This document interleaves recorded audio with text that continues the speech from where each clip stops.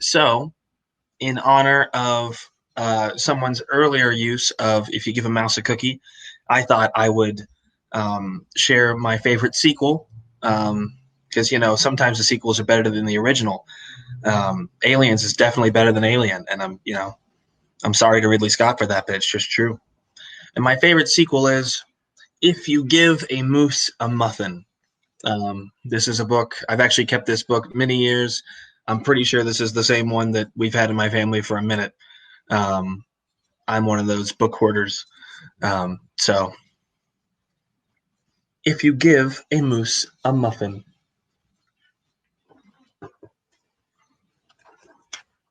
By Laura Numeroff.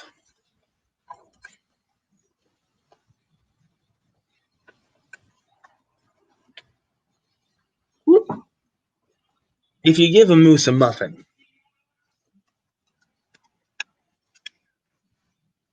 he'll want some jam to go with it.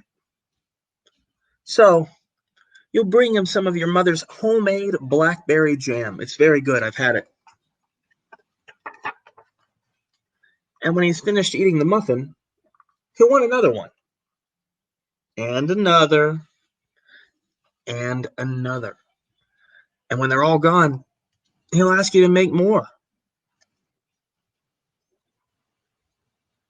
So, you'll have to go to the store to get some muffin mix because nobody makes things from scratch anymore. And he'll want to go with you. But when he opens the door and feels how chilly it is outside and how rainy, he'll ask to borrow a sweater. When he puts the sweater on, he'll notice one of the buttons is loose. So he'll ask for a needle and thread, and he'll start sewing. The button will remind him of the puppets his grandmother used to make. So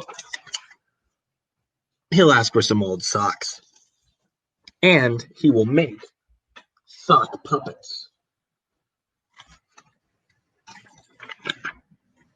Of course, when they're done, he's going to want to put on a puppet show, which means, of course, he'll need some cardboard and paint. And he'll need some help to make the scenery.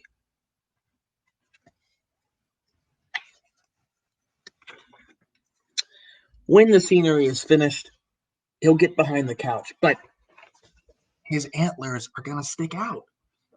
So he'll ask you to bring him a sheet from your bed because he wants to cover them up.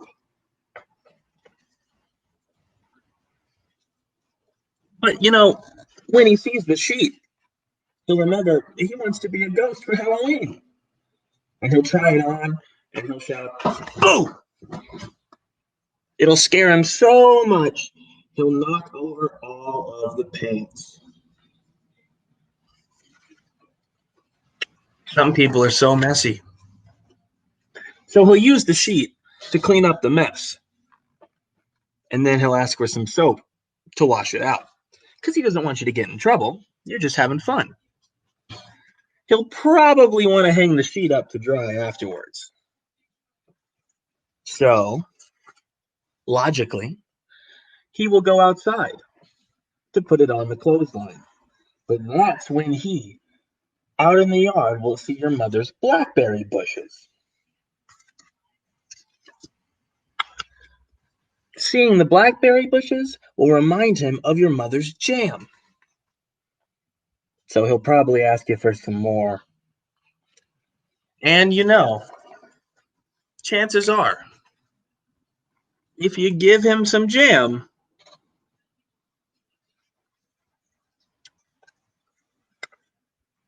he's going to want a muffin to go with it.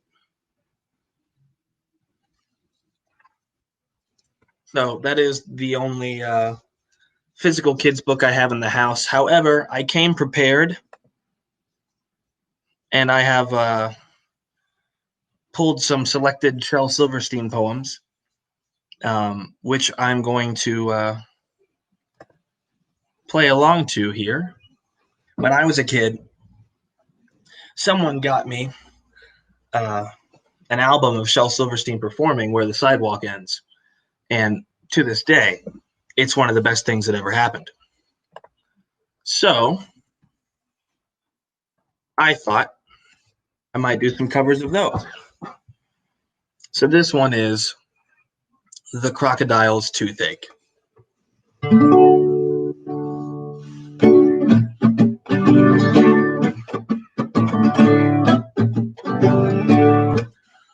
Oh, the crocodile went to the dentist, and he sat down in the chair. And the dentist said, "Now tell me, sir, why does it hurt and where?" And the crocodile said, "I'll tell you the truth, I've a terrible, terrible ache in my tooth." And he opened his jaw so wide, the dentist, he climbed right inside. And the dentist laughed, "Oh, isn't this fun?" as he pulled the teeth out one by one. And the crocodile cried, "You're hurting me so, please put down your pliers and let me go." But the dentist just laughed with a ho, ho, ho, and said, "I still have 12 to go." Oops, that's the wrong one, I confess, but what's one crocodile tooth more or less? And then suddenly the jaws went snap.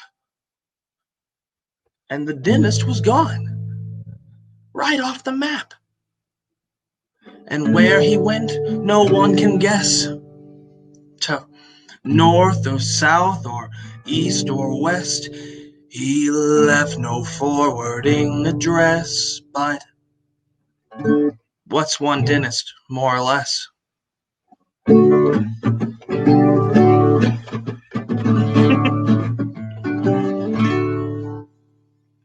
Now that's just one of them, but that's my favorite. I thought I'd start off strong there. The next one here is Captain Hook, which is an oldie but a goodie.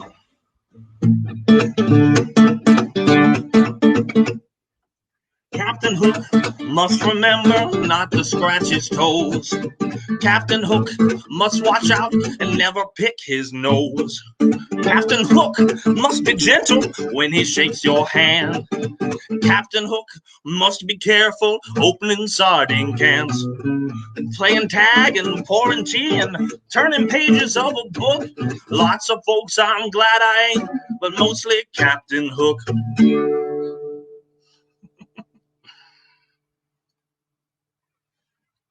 And let's see what we got. Oh, Jimmy Jet and his TV set. This is classic stuff here.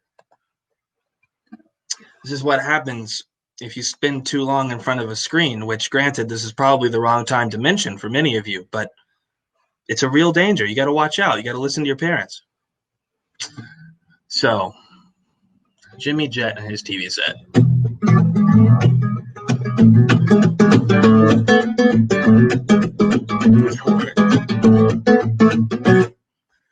Well, I'll tell you the story of Jimmy Jet, and you know what I tell you is true.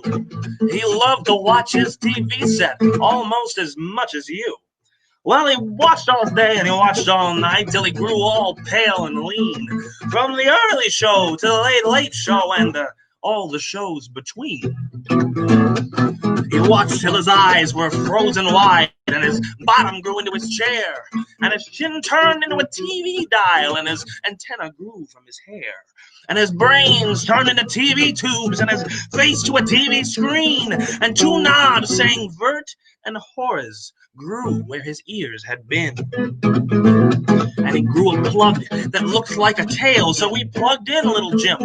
And now instead of him watching TV, we all sit around and watch him.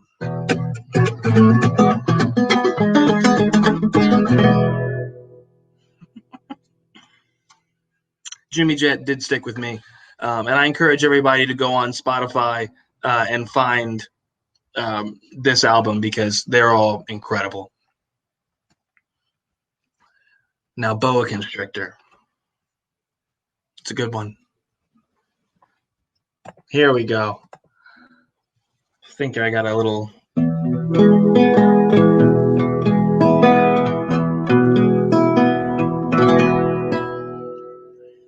Oh, I'm being eaten by a boa constrictor. A boa constrictor. A boa constrictor. I'm being eaten by a boa constrictor, and I don't like it one bit.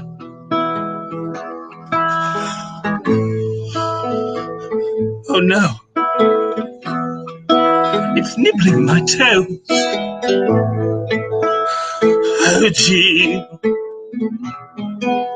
it's up to my knee. Oh my, it's nibbling my thighs. Oh fiddle, it's up to my middle. Oh heck, it's nibbling my leg. Oh dread, it's up to me.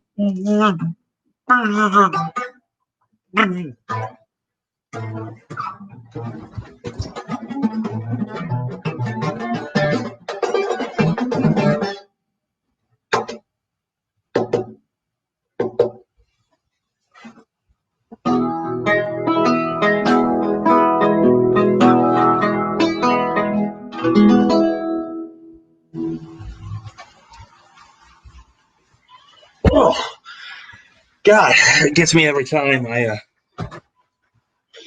had to take a quick shower there. I had some snake guts on me. Wasn't very fun. And in honor of our current situation, I thought it might be fun to do sick, which is a challenge, but you know, we're all facing challenging times.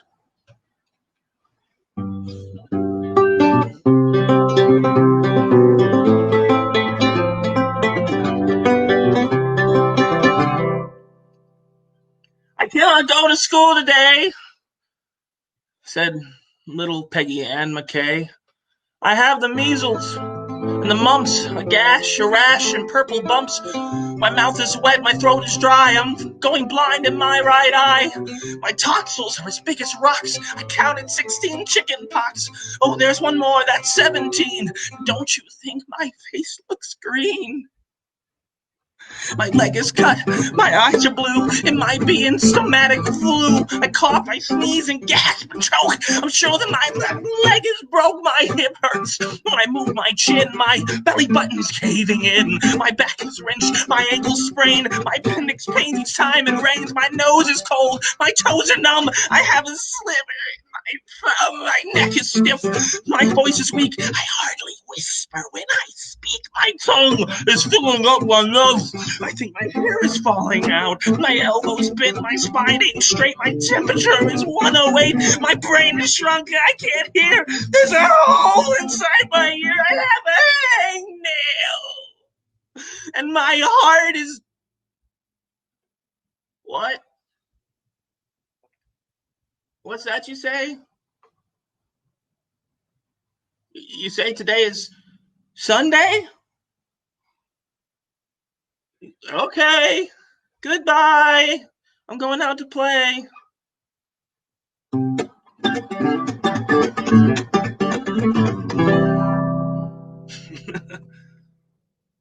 That is all I have for you today, my lovely and beautiful friends. But I love you, and I hope you're well. And I'm sure I'll be back. I'm one of the substitutes, so anytime someone has something come up, I pop in. But the story of Peggy Ann McKay and sick is that if you have a temperature of 108, you need to go to a hospital. It's nothing to joke about. So it's a very serious matter, kids. I need you to, if you're that hot, like if you like take a drop of water and like put it on your forehead, and if it sizzles, then you got to go to the hospital. That's just what it is. That's what the doctor says. So I hope y'all have a great day, and stay safe out there. Love you.